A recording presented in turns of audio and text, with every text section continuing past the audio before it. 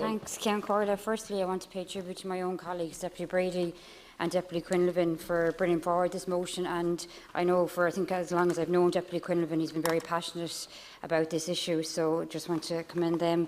The first point I want to make is the hypocrisy of the government, who like to tell us that we're in a recovery and everything's going to be okay because we nearly have full employment.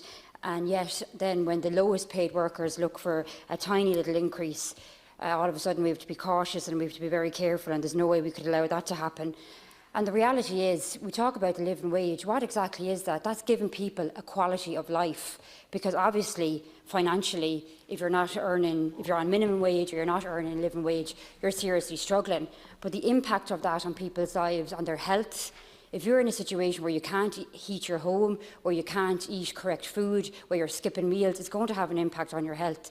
Also the stress and the worry and the struggle of how are you going to pay for particularly anything around your children and kids and various school things, that's going to have an impact on your mental health, which we talk an awful lot about in here. But when we actually have chances to do something to help address these things in very practical ways, the government and Fianna Fáil seem to be very reluctant to do it. And I know that we have no Fianna Fáil deputies here for the last, I think, hour now of this debate.